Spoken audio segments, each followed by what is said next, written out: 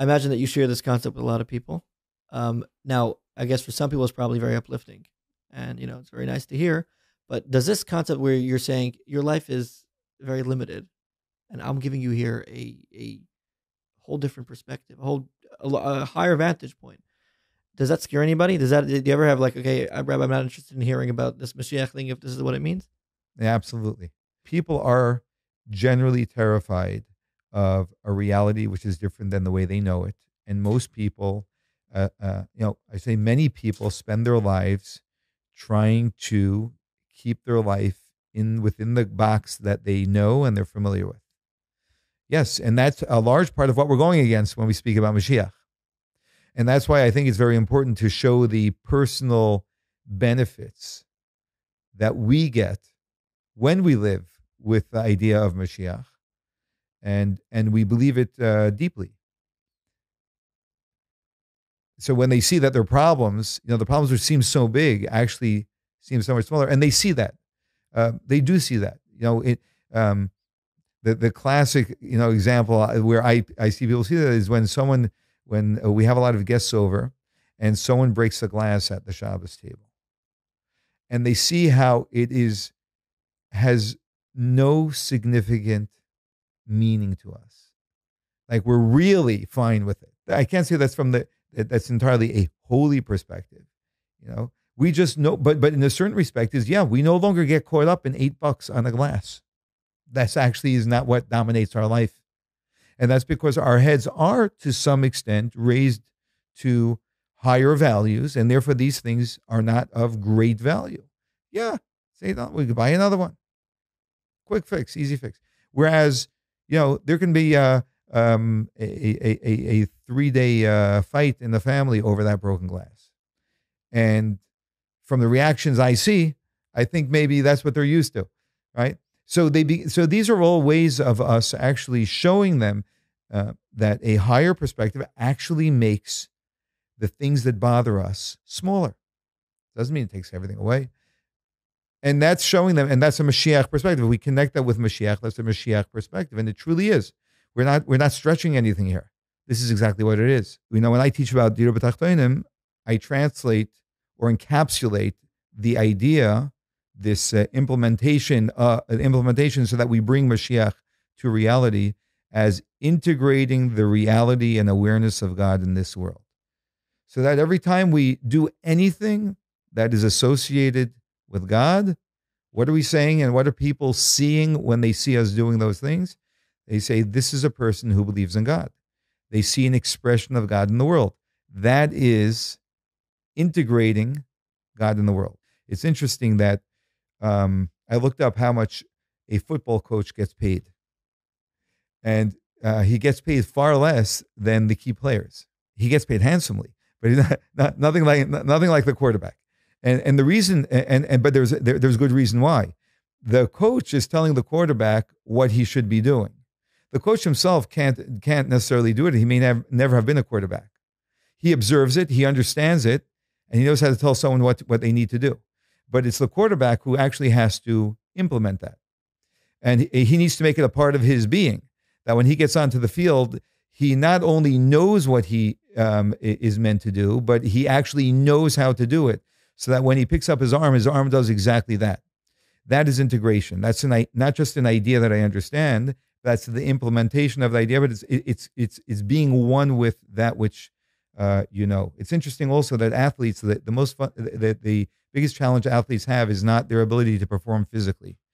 The biggest challenge athletes have is the psychological component of not being distracted in any way from knowing that they can do what they're going to do, and knowing that they will do what they're going to do, knowing they have the power to do what they're going to do. And one of the beautiful things about a world being created with a plan is that it's the knowing that if God created the world with a plan, and God put me in this world, and God asks me to do something, I know I have the ability to do it. So it's interesting what you're saying, because following this view of the topic of the Torah B'Tachtonim and Moshiach as a plan and a mission for each and every person to buy into and then try integrating in their life. I would imagine that, as a active shliach, as a rabbi who has to deal with people, who gets to deal with people every day. As an honor. Yeah.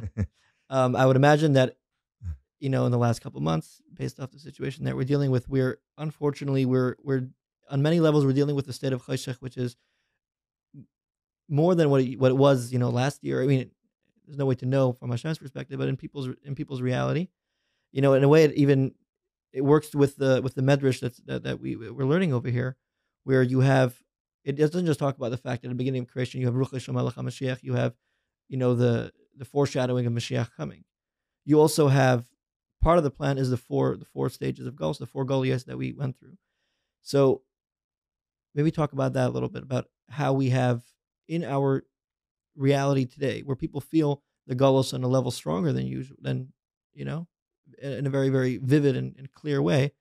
How does this plan and mission give them and us energy and power and clarity of vision? Well, I think the answer is in the last words you just said: clarity and vision. In a somewhat unfortunate way, but then again, in a deeper sense, a fortunate way, the darkness that we're in right now is actually giving people a lot of clarity and vision. And that's the irony of the depth of the darkness of the Golus that we're in, and that we're living through right now, which is really a historic time, which is going to, reach its culmination with the coming of Moshiach, maybe now. And that is that when things are so dark, things are so clear. Klipa, the forces of negativity create confusion. Confusion is grayness. Clarity is black and white.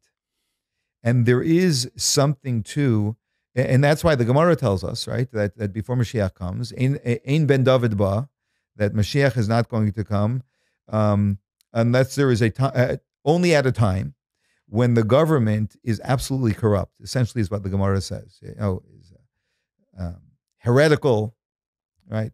We're seeing all of that, but we're seeing all of it on such a level of dark clarity that even people who for many years tried to pacify, the side of darkness, we'll call it, or the side of confusion, are beginning to open their eyes and realize, wow, this is going from bad to worse, and there's no way we can continue to embrace this.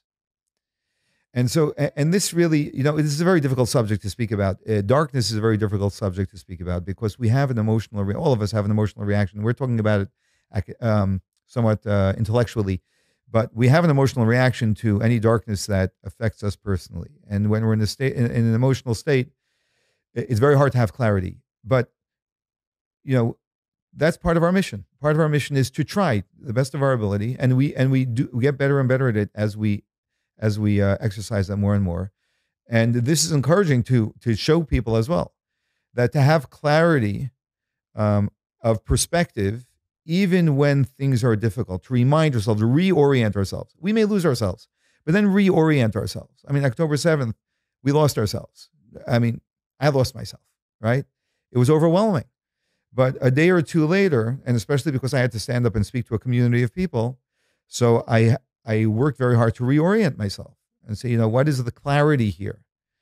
And when we do that, we bring light to this darkness, which is exactly what Dir B'Tachtonim is. What is the divine perspective on what's going on over here?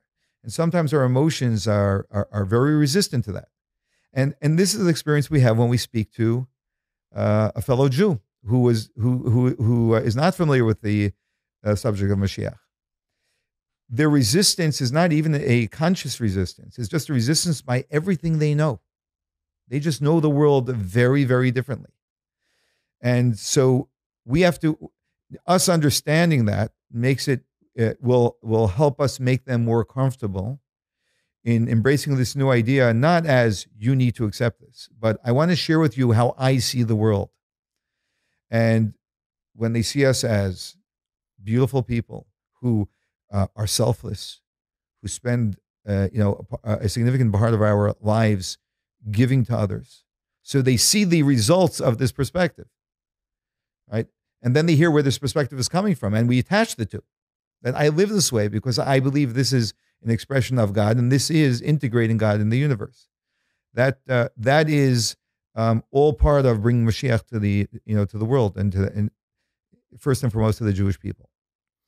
Interesting. Let's play it out for a second. Like, imagine you were learning with me, and I did not have a background on Moshiach, and then I was to read such a paper, and what questions would come up to me?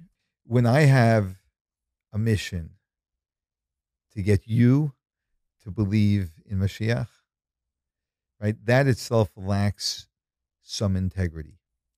Yeah, that sounds strange. No, sure. I would love to hear more. Yeah. Yeah. And by the way, integrity is Dira B'Tachtonim. Integrity is integration. Integrity, integration, right? Integrity is that when we're being authentic, right? True to.